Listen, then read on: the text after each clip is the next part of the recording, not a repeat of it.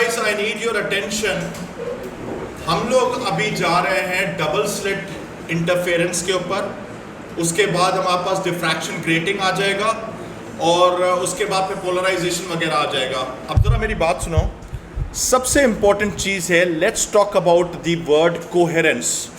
Coherent waves हो या coherence word हो तो उसका मतलब होता है constant phase difference between sources. अब जरा इस डायग्राम में देखो, अगर if you focus your attention on this diagram over here, इधर जरा देखना, ये एक सोर्स 1 है, ये एक सोर्स 2 है। सोर्स 1 में भी यूं चल रहा है और सोर्स 2 में भी एग्जैक्ट सेम पैटर्न चल रहा है, पैटर्न में कोई फर्क नहीं आ रहा। इधर हमारे पास जो constant phase difference between the two waves है वो 0 डिग्रीज है। हम ये कह सकते हैं कि भाई यहां पर द वेव्स आर कोहेरेंट, सही है। सिमिलरली मैं ये भी कर सकता हूं कि मेरे पास एक वेव यूं चल रही हो और दूसरी वेव एग्जैक्टली इसके ऑपोजिट चल रही हो। अभी भी अगर ये चीज मेंटेन रहती है तो हम कहते हैं the waves are still coherent. भले 90 आउट ऑफ फेज हो, 180 आउट ऑफ फेज हो, 45 आउट ऑफ फेज हो, 30 आउट ऑफ फेज हो, लेकिन ये चीज थ्रू आउट मेंटेन रहनी चाहिए for coherence to be valid. Is that clear? अब जरा सुनो, यहां तक तो क्लियर हो गया, कोहेरेंस का कॉन्सेप्ट यहां पे क्लियर हुआ, लेकिन जरा सुनो, how do you classify as something non coherent? Non coherent का मतलब है, इधर देखो, मेरे पास एक सोर्स X है और एक सोर्स Y है। अब जरा इधर देखो, मेरे पास क्या होता है, ऑल्दो इनका स्टार्ट जो था वो कोहेरेंट स्टार्ट था, लेकिन बीच में हमारे पास एक ग्लिच आया, फ्रीक्वेंसी के अंदर ग्लिच आ गया, सही है। अगर इस तरह की ग्लिचिंग होगी तो this glitching pattern may be repeated later on. तो इसका मतलब यह है कि हमारे पास एक वेव तो स्मूथ चल रही है और एक में ग्लिचिंग आ रही है। अगर ये ग्लिचिंग आएगी तो ये याद रखना, दोनों के बीच में कोहेरेंस नहीं हो सकती है। या मेरा कहने का एक सिंपल सा मतलब है, सपोज करो एक सोर्स है जो कि फिक्स्ड 100 हर्ट्ज पे चल रही है और दूसरी जो सोर्स है कभी 100 है, कभी 120 हर्ट्ज है, कभी वो 90 हर्ट्ज है, बार बार फ्लिप फ्लॉप कर रही है। तो इसका मतलब है उसके अंदर हमारे पास जो ये होगा वो coherence will not be maintain. Is that clear? Please tell me, ये बात समझ में आ गई या नहीं आई? मैंने दोबारा बोला, जरा सुनो, नॉन कोहेरेंट की बात करें, नॉन कोहेरेंट वेव्स का सपोज करो 2 सोर्सेज है मेरे पास। एक सोर्स में से कांस्टेंट फ्रीक्वेंसी निकल रही है 100 और दूसरी सोर्स जो है उसमें कभी 100 हो रही है, कभी सपोज करो 120 हो रही है, कभी उसमें 90 हो रही है, कभी 95 हो रही है। बार बार एक की फ्रीक्वेंसी चेंज होने का मतलब है ग्लिचिंग। अगर ये ग्लिचिंग अगर आप नोटिस करोगे तो इसका मतलब है कि हमारे पास कोहेरेंस मेंटेन नहीं रहेगी। Is that clear? Do you understand this thing? ठीक है, अब जरा सुनो, आगे चलते हैं। इसके बाद एक इंपॉर्टेंट चीज है जिसको समझना बहुत जरूरी है before we even move on to double slit experimentation. जरा इधर सुनो, डिफ्रैक्शन ऑफ द वेव्स आपने ओ लेवल्स में भी करके आए थे। डिफ्रैक्शन का बेसिकली मतलब ये होता है कि आपके पास कोई भी वेव हो, if it passes through an opening तो वो स्प्रेड आउट हो सकती है वेव, सही है। अब let me give you an example. जैसे फॉर एग्जांपल साउंड वेव है, सही है, मैं जो बोल रहा हूं, सही है, ये डोर है। डोर के अगर आप बराबर में भी खड़े हुए होगे, इस साइड पे भी छुप के खड़े हुए होगे, तो आपको आवाज आती है। वो इस वजह से आती है बिकॉज ऑफ डिफ्रैक्शन। डिफ्रैक्शन ये होता है, यहां पर मैंने जो दिखाया हुआ है, जरा इधर देखो, listen to me very carefully, look at this diagram. ये मेरे पास सपोज करो यहां पर मेरे पास ओवरहेड व्यू है रिपल टैंक की, सही है, रिपल टैंक की ओवरहेड व्यू है। मेरे पास ये वेव फ्रंट्स जा रहे हैं, राइट साइड पे जा रहे हैं। Upon passing through this gap, ठीक है, इसको अपर्चर भी कह सकते हैं या ओपनिंग भी कह सकते हैं या व्हाटएवर। अगर आप साइड वे या गैप से पास होके जाएगी ये वेव, तो उसके बाद you can clearly see that कि ये सर्कुलर बन चुकी है। इसका मतलब है कि यहां पर स्प्रेडिंग हो रही है। Is that clear? Do you understand this thing? अब एक इंपॉर्टेंट कॉन्सेप्ट जो आपको याद रखना है कि भाई डिफ्रैक्शन कम या ज्यादा भी हो सकती है।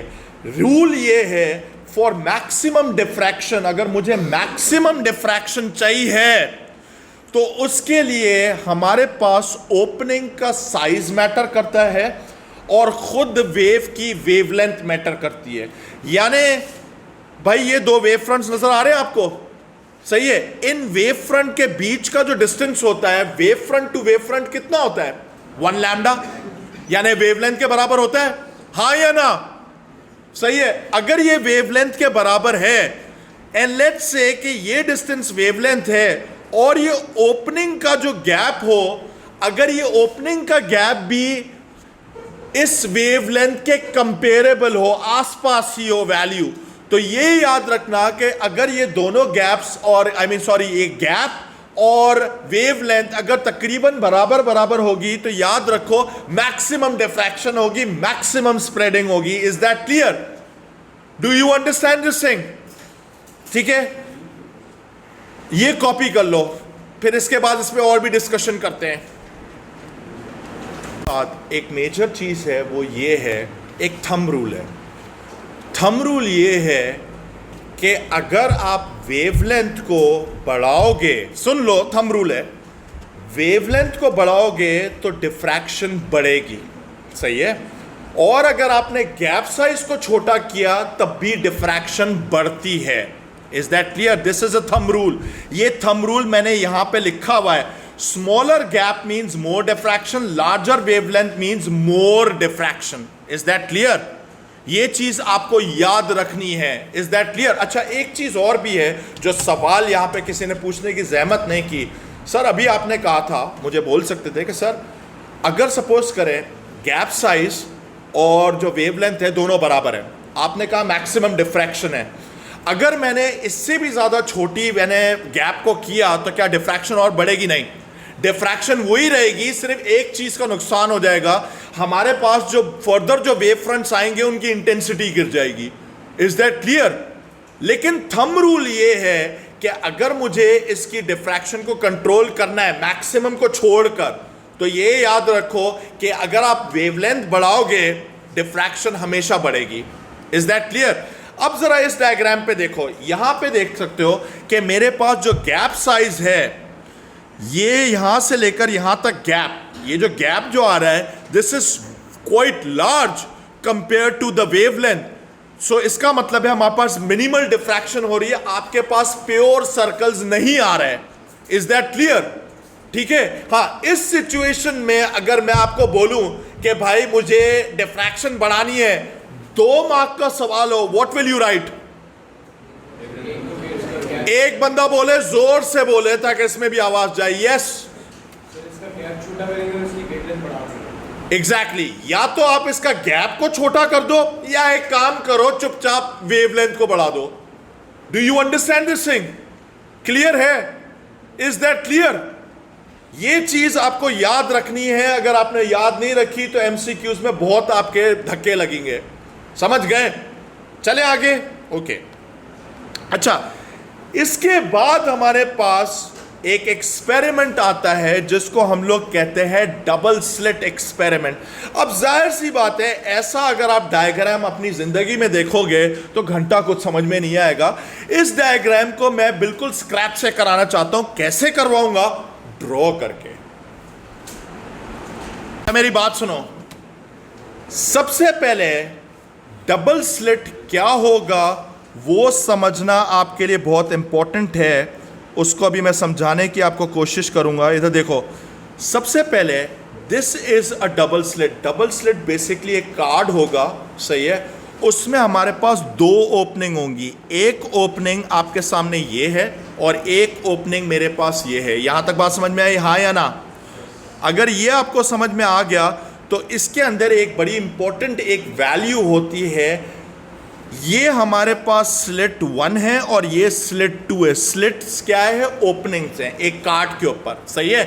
इन स्लिट्स के बीच का जो डिस्टेंस होता है यानी स्लिट सेपरेशन, उसको किसी किताबों में ए से रिप्रेजेंट किया जाता है, बट हम अपनी जिंदगी को आसान रखते हैं, इसको एस से रिप्रेजेंट करते हैं। स्लिट सेपरेशन को एस से रिप्रेजेंट करेंगे। क्या करेंगे? स्लिट सेपरेशन को एस से रिप्रेजेंट करेंगे। यहां तक पहुंच गए। अब सबसे पहली चीज है, मैं अभी उसमें जाना ही नहीं चाह रहा हूं कि अभी हम लोग पहला जो केस हम लोग जो बना रहे हैं, इसके अंदर हम लोग पहले कोहेरेंस मेंटेन रख रहे हैं। कैसे मेंटेन रख रहे हैं कि मैंने एक लेजर लाइट यूज की।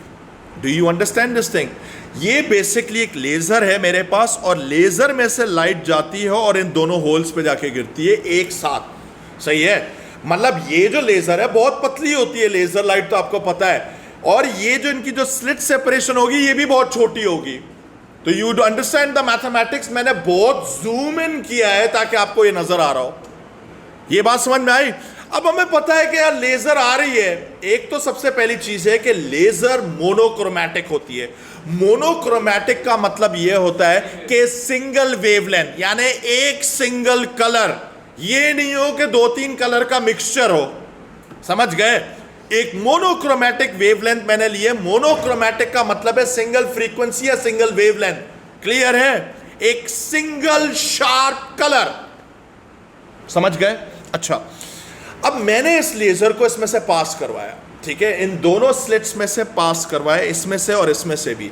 अब सबसे इंपॉर्टेंट चीज ये है कि इन स्लिट्स की जो ओपनिंग होगी, इन स्लिट्स के बीच में जो मेरे पास ये गैप नजर आ रहा है, सही है, this gap is actually comparable to the wavelength of the visible light. सही है?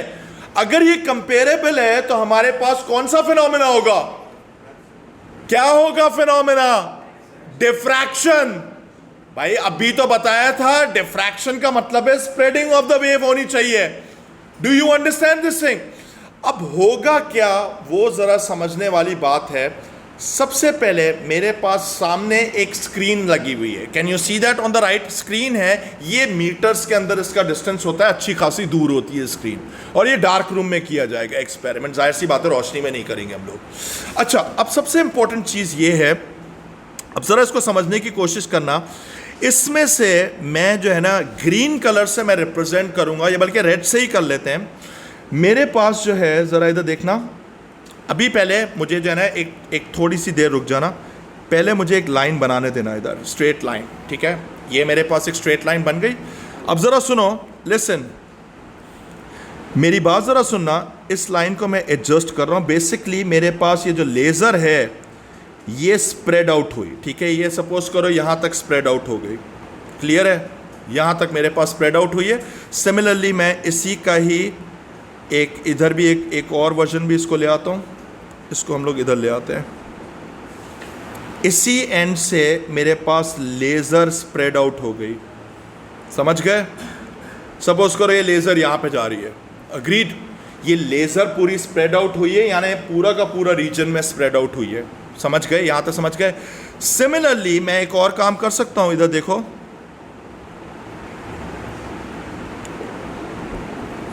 मेरे पास दूसरे स्लिट से भी इसी तरीके से लेजर स्प्रेड आउट होगी। अग्रीड? अब जरा सुनो, अब सबसे इंपॉर्टेंट चीज ये है कि आपके पास एक रीजन है बीच के अंदर, ये वाला रीजन नजर आ रहा है, यहां पर लाजमी ओवरलैपिंग हो रही होगी। यहां पर इस रीजन के अंदर ओवरलैपिंग हो रही होगी लेजर्स। सही है? स्प्रेडिंग हुई, दोनों तरफ से स्प्रेडिंग हुई। स्प्रेडिंग के बाद इस रीजन में ओवरलैपिंग हो रही है, लेकिन मेरे पास ये वाले रीजन में कोई ओवरलैपिंग नहीं है। सही है? अब हमें यह भी पता है कि जब ओवरलैपिंग होती है तो हमारे पास इंटरफेरेंस होती है। अग्रीड? इंटरफेरेंस होती है। अब सबसे इंपॉर्टेंट चीज ये है, जरा इधर से एक चीज और नोटिस करना, हमारे पास इसके, ओ माय गॉड, हमारे पास जो है यहां से लेकर यहां तक का एक डिस्टेंस होगा। इसको मैं भी सही कर रहा हूं।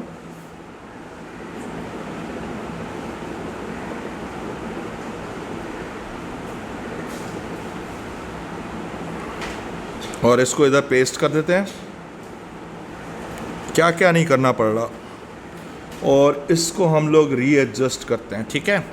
अब ज़रा सुनो, जब मैंने इसको इधर किया, आपके पास, ज़रा सुनो, डेड सेंटर में एक चीज़ तो फैक्ट है कि सोर्स स्लिट 1 और स्लिट 2 में से सेम ही लेज़र निकल रही है। कोहेरेंट भी है और इसके बीच में जाहिर बात है फेज डिफरेंस जीरो होगा।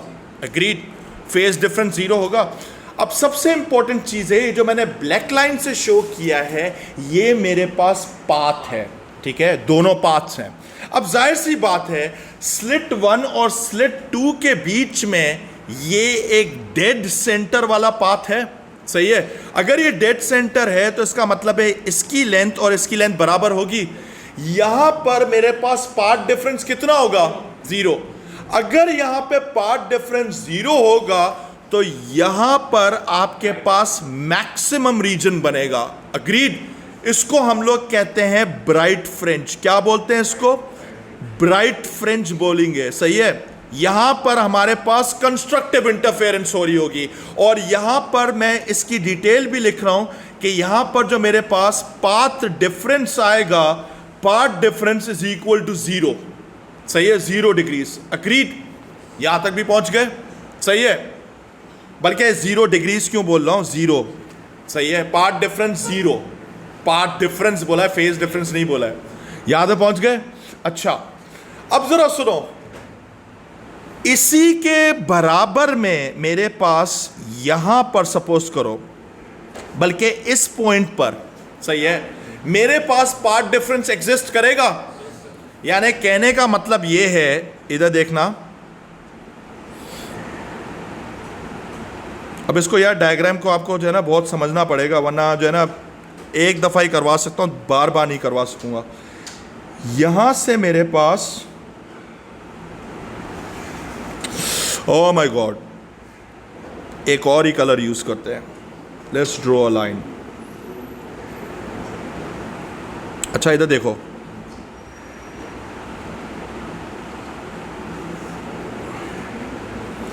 सपोज करो यहां पर एक मेरे पास वेव जो है ये आ रही है, सही है, और इसी को ही मैं कॉपी भी कर रहा हूं और इसी को ही मैं पेस्ट भी कर रहा हूं।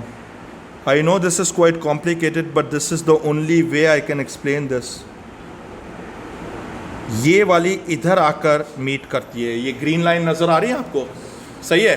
अब जरा सुनो, अब जाहिर सी बात है इधर हमारे पास पाथ डिफरेंस लाजमी एग्जिस्ट करेगा, सही है। पाथ डिफरेंस अगर मैं इन दोनों का डिस्टेंस निकालूंगा तो जाहिर सी बात है इनमें डिफरेंस होगा।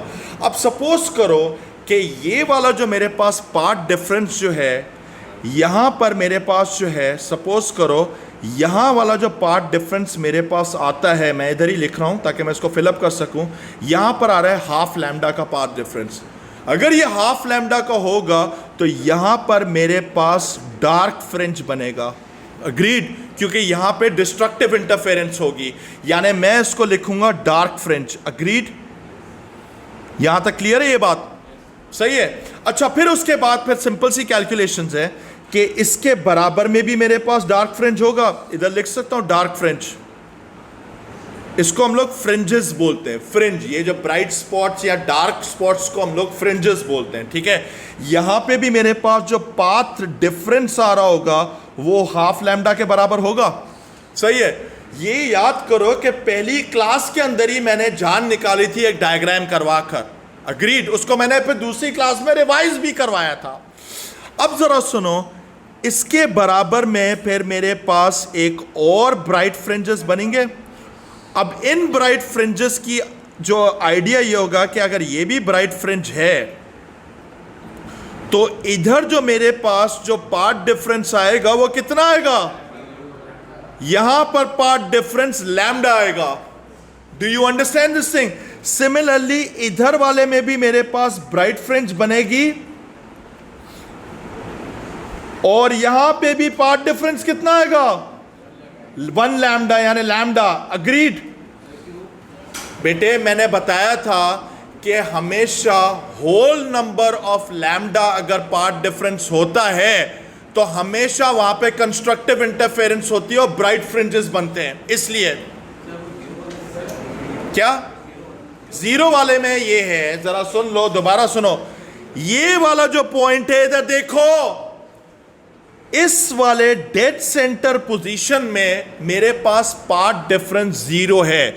यानी इसका मतलब है कि स्टार्टिंग इन फेस थी तो एंडिंग भी लाजमी इन फेज ही होगी, चाहे कुछ भी हो जाए। Common sense. अगर इन फेज स्टार्ट था और एंडिंग भी इन फेज है तो इन फेज का मतलब यह है कि कंस्ट्रक्टिव इंटरफेरेंस होगी। समझ गए? ये याद रखना, हमेशा इसी तरीके से होगा, ऑल्टरनेटली इस तरीके से, कंस्ट्रक्टिव कंस्ट्रक्टिव, बीच में क्या, डिस्ट्रक्टिव डिस्ट्रक्टिव। अब ये चीज मेरे पास जो पैटर्न होगा चलता ही चला जाएगा, इधर ऐसे, फिर इसके बाद फिर ब्राइट, और फिर इस साइड पे भी ब्राइट। अब बेसिकली ये जो डायग्राम चल रहा है ये आहिस्ता आहिस्ता फेड इन होगा।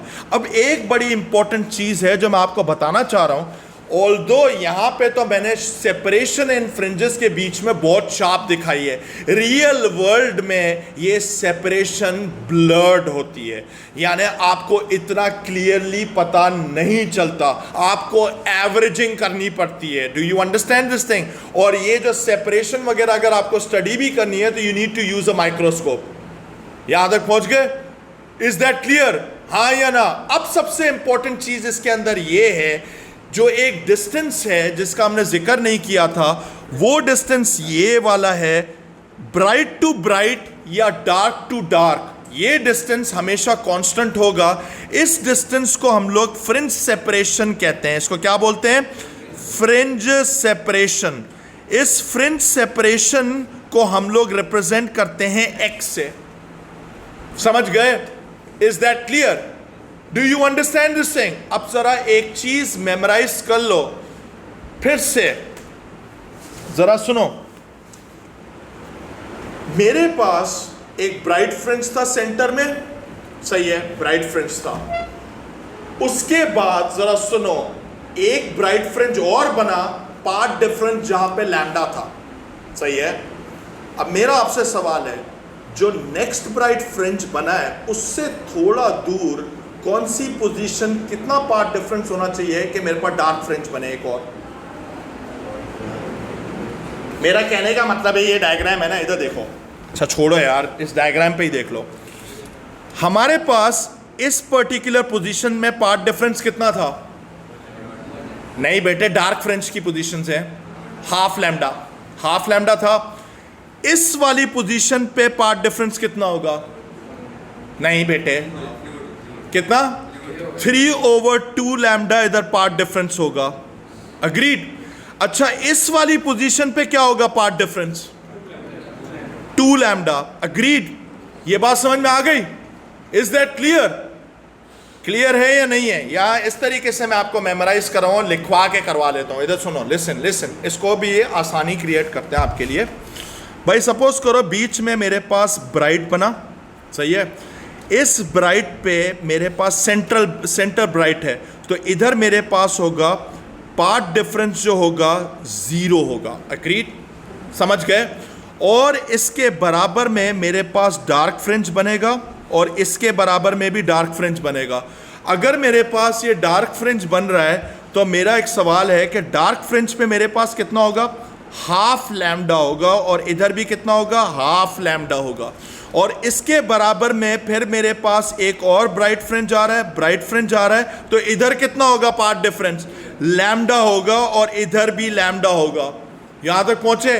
फिर इसके बाद मेरे पास फिर डार्क फ्रिंजेस आते हैं, इधर भी डार्क फ्रिंज आ रहा है और इधर भी डार्क फ्रिंज आ रहा है, तो डार्क फ्रिंजेस पे इधर कितना होगा?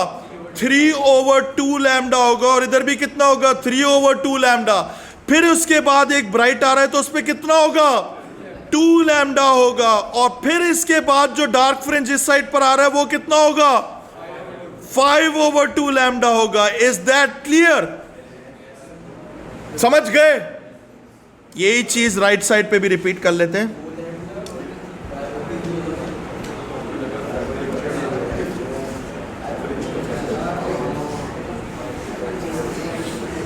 ये कॉपी कर लो ताकि आपको जिंदगी भर कभी नहीं भूलो इसको। सही है? नहीं समझ में आया, you can clearly ask me, I will be very polite with you. अच्छा मेरे प्यारे बच्चे, एक और इंपॉर्टेंट चीज ये है कि इस डायग्राम में एक चीज और भी नोटिस करना कि मेरे पास जैसे जैसे डेड सेंटर से डिस्टेंस बढ़ता जा रहा है तो मेरे पास intensity of the bright fringes also decreases. In fact उसका जो साइज होगा वो भी डिक्रीज होता जाएगा, यानी फेड आउट होता जाएगा। और ये पता है कहाँ तक सिर्फ लास्ट करेगा? ये सिर्फ इसी रीजन से यहाँ से लेकर यहाँ तक आपके पास फ्रिंजेस फॉर्म होंगे। इस रीजन में कोई फ्रिंज फॉर्म नहीं होगा, क्योंकि ओवरलैपिंग ही सिर्फ इधर हो रही है। Do you understand this thing? ये बात समझ में आ गई? Is that clear? अच्छा, लेजर पर ये डिपिक्ट करना बहुत आसान था। अब एक सवाल इधर उड़ता हुआ आया था कि सर इससे करने से हमें क्या फायदा होगा? ठीक है, अब जरा सुन लो। विदाउट प्रूफ आपके पास इसके अंदर पहले जो चीजें मेजर करने वाली हैं वो नोट कर लो। एक था स्लिट टू स्लिट सेपरेशन, यानी स्लिट सेपरेशन। इसको हम लोग किससे रिप्रेजेंट करते हैं? एस से। पेपर के अंदर मोस्टली ए से आएगा, लेकिन हम एस आसान रहता है, स्लिट से एस। ठीक है। फ्रिंज सेपरेशन को आप एक्स से रिप्रेजेंट करते हो, सही है। और एक और सबसे इंपॉर्टेंट डिस्टेंस जो आपको करना है वो यहां से लेकर यहां तक, यानी स्लिट से लेकर स्क्रीन तक का डिस्टेंस, इसको हम लोग कैपिटल डी से रिप्रेजेंट करते हैं। Do you understand this thing? अब सबसे इंपॉर्टेंट चीज है, without proof there is a very important relationship. You can find the wavelength of the light using a double slit experiment. Wavelength is actually equal to Sx over d. Is that clear? इसको याद करो, lambda is equal to Sx over d. Lambda is equal to Sx over d. Lambda is equal to Sx over d. एक दफा मेरे साथ बोलो सब लोग, lambda is equal to, ये हुई ना बात, सही है? Is that clear? क्लियर है? ये बात समझ में आ गई? ठीक है। अच्छा, अब ये डायग्राम कॉपी करने की तो उम्मीदें नहीं होंगी, सही है, मैं भेज दूंगा आपको। Is that clear? अच्छा, एक मिनट ऊपर कीजिए। जी बेटे, तस्वीर ले लो भले।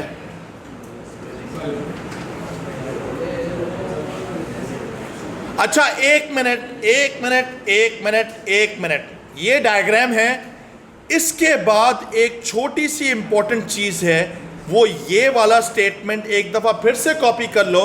इसमें एक फॉर्मूला भी बड़ा काम का आता है, जो odd number of half length वाला जो फॉर्मूला है, वो वाला एक फॉर्मूला है। इसको जरूर कॉपी कर लो प्लीज, ये पूरे दोनों स्टेटमेंट कॉपी कर लो। मेरा एक मासूमाना सा सवाल होगा, इधर जरा सुनो, लेसन। इधर मेरा सवाल है, मुनीब साहब से मेरा सवाल है, ठीक है? इधर ज़रा सुनो, ठीक है? आप जवाब दे दोगे, कंफर्म है? ज़रा सुनो, अभी क्या था, मैंने एक लेज़र यूज़ की थी विच वॉज कोहेरेंट, कोहेरेंस तो मेंटेन थी। और दूसरी बात यह है, स्लिट 1 और स्लिट 2 से इन फेज निकल रही थी। अब सपोज करो मैं आपको कहता हूं कि स्लिट 1 और स्लिट 2 से मेरे पास वेव्स निकल रही हैं, ईएम वेव्स निकल रही हैं, that are completely out of phase. मेरे पास इधर क्या डिफरेंस आएगा इस पैटर्न में? क्या चेंज हो जाएगी? किस चीज की जगह चेंज हो जाएगी? मतलब इनका कहना बिल्कुल सही बोला कि अगर शुरू में ही आउट ऑफ फेज है तो इसका मतलब है स्वैपिंग होगी, यानी मेरे पास ब्राइट की जगह पे अब डार्क बनेंगे और डार्क की जगह पे ब्राइट बनेंगे। Do you understand this thing? ये चीज भी मैंने पहली क्लास में ही करवाया था। अग्रीड? अच्छा, उसके बाद हमारे पास, मैंने पहला वाला तो केस आसान है, एन लैम्डा तो इजी है, ठीक है। ये जो हमारे पास फॉर्मूला है odd number of half wavelength, ये वाला या तो आप काउंटिंग करके भी कर सकते हो, या आप जो है इस तरीके से भी कर सकते हो कि path difference is equal to brackets n plus half और फिर लैम्डा। अब जरा सुनो कैसे काम करेगा। पहली दफा अगर आपको, सुन तो लो, पहली दफा आपको डार्क फ्रिंज चाहिए तो आप जो है 0 डालोगे n की वैल्यू। अगर 0 डालोगे तो हाफ लैम्डा बन जाएगा। दूसरी दफा चाहिए तो क्या वैल्यू डालोगे? 1, तो फिर 3/2 लैम्डा बन जाएगा। समझ गए? Do you understand this mathematics? n की वैल्यू इधर 0 से स्टार्ट होगी। क्लियर है? Is that clear? एक सिर्फ ये वाला पॉइंट भी लिख लो। अब जरा सुनो, रियल वर्ल्ड में ये जो एक्सपेरिमेंट परफॉर्म किया गया था, इसको हम लोग कहते हैं यंग्स डबल स्लिट। अब यंग एक बंदे का नाम था जो कि खुद 80 साल का था, सही है? He was 80 years old and his name was Young। ठीक है, पहले ये बात क्लियर कर रहा हूं। अब यंग साहब ने क्या किया कि उस टाइम पे लेजर वेजर का तो कोई नाम और निशान नहीं था। जब ये एक्सपेरिमेंट किया था तो उसके पास सिर्फ एक लैंप था, वो भी फिलामेंट एनर्जी सेवर, तो उस टाइम पे एग्जिस्ट ही नहीं करते थे। अब जरा सुनो, हमारे पास एक उसने फिलामेंट लैंप यूज किया, यहां तक पहुंच गए। अब इवन अगर हम लोग फिलामेंट लैंप की भी बात करें, हमारे पास अनइवन जगहें होती हैं लैंप के अंदर। अब कहने का मतलब ये है कि इवन अगर मैं सिंगल लैंप से भी बात करूं, तो मेरे पास अगर मैं एक फोकस करूं इस पर्टिकुलर रीजन पर और इस रीजन पर, मेरे पास इवन अगर इसमें से भी लाइट निकल रही है, सही है, इस फिलामेंट लैंप से भी, तो कहने का मतलब है कभी कभार इन दोनों के बीच में भी हमारे पास जो है कोहेरेंस टूट जाती है। कोहेरेंस इस वजह से टूटती है कि भाई ये निकला, अचानक से इधर फ्रीक्वेंसी में ग्लिचेस आए और फिर ये पैटर्न ही आउट हो गया। Do you understand this thing? अब जाहिर सी बात है, लाइट तो कंटिन्यूस निकल रही होगी और ये पैटर्न पता नहीं मिलियन ट्रिलियन टाइम्स रिपीट होता जाएगा। यानी ये जो हमारे पास ये जो ग्लिचेस आ रहे हैं, यानी मेरे पास कोहेरेंस टूट जाएगी। अग्रीड? अगर ये कोहेरेंस टूटेगी तो अगर आपने सिंगल ऐसा लैंप यूज कर एक्सपेरिमेंट करोगे, सही है, यानी मेरा कहने का मतलब ये है, जरा इधर सुनो, लिसन, मेरा कहने का मतलब ये है, ये वाला देख रहे हो, सपोज करो कि मेरे पास ये एक लैंप है, सही है, मैंने डायरेक्टली इसके सामने डबल स्लिट लगाया। अगर मैं डबल स्लिट इसमें लगाता हूं, सही है, और फिर मैंने इसको डार्क रूम में स्टडी करने की कोशिश की, ये वाला हमारे पास इंटरफेरेंस रीजन होगा, बिकॉज सिंस मुझे पता है कि इस एंड से और इस एंड से इन फेज नहीं हो सकता, फिलामेंट लैंप है, सॉरी इन फेज बोल रहा हूं, कोहेरेंस मेंटेन नहीं होगी। अगर कोहेरेंस मेंटेन नहीं होगी तो ये याद रखना कि आपके पास जो पैटर्न इधर आएगा वो बिल्कुल अच्छा पैटर्न नहीं आएगा।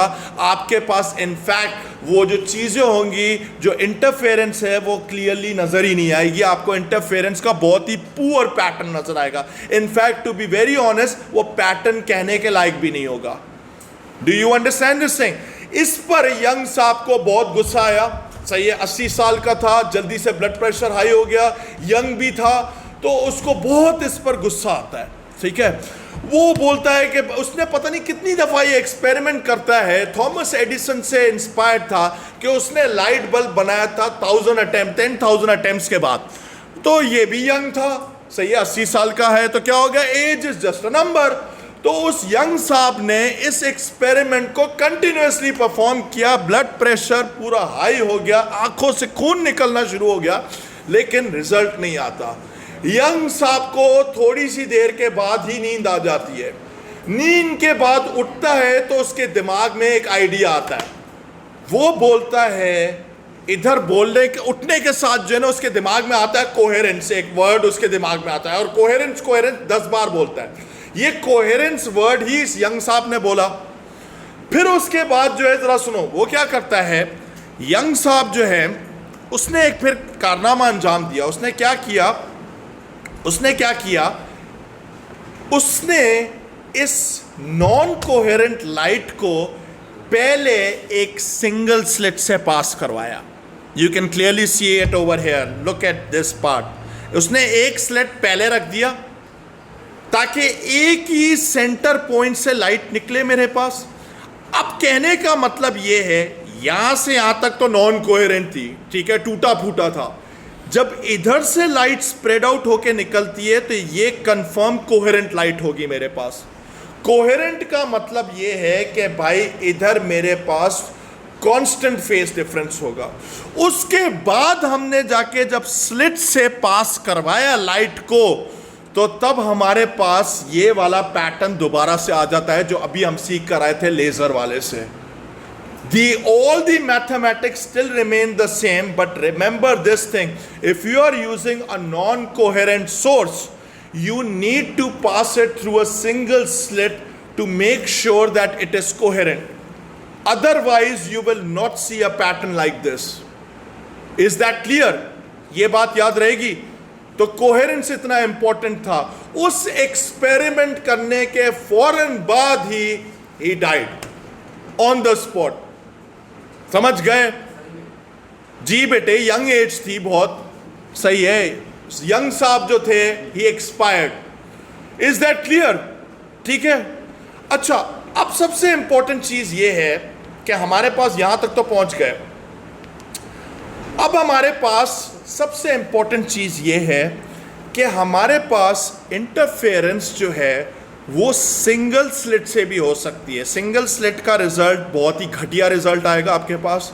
डबल स्लिट यूज करोगे तो रिजल्ट आपके पास बहुत अच्छा आएगा, लेकिन तब भी एक मसला होगा कि भाई हमारे पास डार्क और ब्राइट के बीच में शेड्स ऑफ ग्रे होंगे। सही है। सो इतना इजी नहीं होगा बाउंड्री के बीच में सेपरेट करना। इनफैक्ट जो मैंने आपको बोला है ना, जो फ्रिंज सेपरेशन है, इस फ्रिंज सेपरेशन में अनसर्टेनिटी बहुत ज्यादा हाई होगी। Is that clear? बिकॉज ये fringe separation measure blood edges में से कैसे करूंगा? मुझे क्या पता कि कहां से डार्क शुरू हुआ और कहां से ब्राइट शुरू हो रहा है। सही है। उसके बाद आपने काम किया, यंग साहब का कोई और असिस्टेंट था, उसने फिर इसको कंटिन्यू किया। उसने ट्रिपल स्लिट लगाया, 3 स्लिट लगाए, और बेटर रिजल्ट आया। उसके बाद जो एक और बंदा था डिफ्रैक्शन ग्रेटिंग यूज करता है, उसमें बहुत सारी ओपनिंग्स होती हैं, और उसमें जब हमारे पास रिजल्ट आता है वो 4K रिजल्ट आता है, 4K रेजोल्यूशन वाला रिजल्ट आता है। उसके अंदर ब्राइट और जो डार्क होता है बहुत क्लियरली नजर आता है, जिसको हम लोग कहते हैं बाप of all double slits, known as the diffraction grating, क्योंकि उसमें बहुत सारी ओपनिंग्स होती हैं। ठीक है, एक सिंगल ओपनिंग पे नहीं होता है, क्योंकि एक पैटर्न नजर आ रहा है ना। Single opening third class result, double opening okay result, triple opening better result, 4 opening brilliant result, 5 opening very good result, और डिफ्रैक्शन ग्रेटिंग 4K रेजोल्यूशन पे आपको सब कुछ नजर आएगा। ठीक है, एमोलेड डिस्प्ले होगा सैमसंग का। समझ गए? Is that clear? अब हम चलते हैं अपने डिफ्रैक्शन ग्रेटिंग में। 2 मिनट सांस ले लेने दो। अब आते हैं डिफ्रैक्शन ग्रेटिंग पे। ठीक है, हमने एक काम किया। डिफ्रैक्शन ग्रेटिंग क्या है कि उसके अंदर आप एक चीज नोटिस करो, मल्टीपल ओपनिंग्स हैं। Do you understand this thing? Diffraction grating आप खरीद भी सकते हो मार्केट में जाकर। ठीक है, उसमें लाइंस पर मिलीमीटर की रेटिंग लिखी हुई होती है, या मीटर पे सेंटीमीटर भी होती है, लाइंस पर सेंटीमीटर या लाइंस पर मिलीमीटर। यानी लाइंस का मतलब है ये वाली जो आपके पास ओपनिंग्स है ना, कितनी ओपनिंग्स हैं उसके अंदर। Do you understand this thing? अच्छा, अब इसमें सबसे इंपॉर्टेंट चीज है, अगर आपने सिर्फ ऐसे डायग्राम देखा तो इसमें आपको एक चीज साफ नजर नहीं आ रही होगी, जिसके लिए मुझे जूम इन करना बड़ा जरूरी है। इसके अंदर सबसे इंपॉर्टेंट जो है ना, ये जो मेरे पास जो रीडिंग आ रही है, इसको हम लोग कहते हैं लाइन सेपरेशन, या मेरे पास जो है वो उसको जो हमारे पास स्लिट की जो अपनी एक विड्थ होगी वो है। Can you see that? इसको हम लोग डी बोलते हैं। Is that clear? Do you understand this thing? Line separation ये रही डी। ठीक है, इज दैट क्लियर? ये जाहिर सी बात है, ये वैल्यू बहुत छोटी आएगी। ठीक है, इज दैट क्लियर? यहां तक पहुंच गए? प्लीज टेल मी, ये बात क्लियर है? अच्छा, अब सीधी सी बात है, इसमें इतनी सारी ओपनिंग्स हैं कि मैं सब जगह से इस तरह की वेव्स नहीं निकाल सकता डिफ्रैक्ट करके। जाहिर सी बात है, अगर वो डायग्राम बनाने पे आ जाए कि मेरे पास इधर से भी लाइट स्प्रेड हो रही हो, इधर से भी हो रही हो, तो बेटे डायग्राम तो कचरा बन जाएगा। सही है, बट रेस्ट अश्योर्ड बेटे, क्या हो गया मुर्तजा? बेटे ये कोई वो तो नहीं है, जिम थोड़ी है बेटे। यार बस मैं क्या बोलूँ, आपकी हरकतें ही कुछ ऐसी हैं। इधर देख लो, लिसन, मेरी बात सुनो, इधर देखो। सबसे बड़ी इंपॉर्टेंट चीज ये है, इसके अंदर मेरे पास जो ये लाइट आ रही होगी ग्रेटिंग पर, एग्जैक्टली 90 डिग्रीज पर आएगी, ठीक है। यानी normal to the grating, normal to the grating is a keyword. यहां तक बात समझ में आई? उसके बाद हमारे पास जो इसमें पैटर्न आता है वो कुछ इस तरीके से आता है स्क्रीन पर, bright fringe, bright fringe, bright fringe, और इनकी रेजोल्यूशन और शार्पनेस बहुत प्यारी होती है, सही है। You will fall in love looking at this pattern, सही है। यहां तक पहुंच गए। अब इसके अंदर एक हम लोग जो है, ये डिस्टेंस हमारे किसी काम का नहीं होता इधर, सही है। इधर हम लोग क्या करते हैं, एक सुन लो, इधर एक इमेजिनरी लाइन होती है जिसको हम लोग कहते हैं नॉर्मल टू द ग्रेटिंग। एक इमेजिनरी लाइन होती है नॉर्मल टू द ग्रेटिंग। उसके हिसाब से हम क्या करते हैं, इधर एंगल्स मेजर करते हैं। Do you understand this thing? ये एंगल्स मेजर करना आसान होता है। कभी कभार ये जो स्क्रीन होती है, नॉर्मली जो फर्स्ट टाइम जिंदगी में ये एक्सपेरिमेंट परफॉर्म किया गया था, तो उसमें स्क्रीन स्ट्रेट नहीं थी, स्क्रीन एक्चुअली कर्व थी, ठीक है, एंगल्स पे, समझ गए। अब सबसे इंपॉर्टेंट चीज ये है कि जो थीटा है, ये जो आपके पास ये वाला एंगल है, this is of prime importance. यानी इधर एंगल विद द नॉर्मल की ही वर्थ है। आपके पास कभी कभार ऐसे गिवन होगा, जरा सुनो, यहां से लेकर यहां तक आपको बोलते 60 डिग्रीज, 60 डिग्रीज बोले ये है, तो 60 डिग्री की औकात कुछ भी नहीं है, आपको इसको आधा करना ही पड़ेगा, समझ गए? Is that clear? ये बात आपको याद रखना है कि only angles with the normal are worth it. यहां तक बात समझ में आई? Please tell me, is this clear, हाँ या ना? ठीक है। अच्छा, दो चीजें अभी हमने की हैं। एक हो गई ये यहां पे जो लाइन सेपरेशन है, D stands for line separation. एक हो गया ये angle theta with the normal. Is that clear? उसके बाद हमारे पास विदाउट प्रूफ मैं आपको एक फॉर्मूला दे रहा हूं, वो है D sine theta is equal to N lambda. अब बी केयरफुल, अगर आपको कोई वीकर कैंडिडेट मिले और अगर आपके पास शैतानी दिमाग है, आप एक काम करना, उसके पेपर से ही पहले उसका कैलकुलेटर, फिजिक्स का पेपर में कैलकुलेटर रेडियन मोड में डाल देना। रेडियन मोड में डाल दोगे तो उसका ये वाला सवाल 100% थर्ड क्लास होगा, सब आंसर्स उसके गलत आएंगे। इसमें याद रखना है कि आपको डिग्री में करना पड़ेगा, बी वेरी केयरफुल। क्या पता आपके पास सवाल बैक टू बैक आए।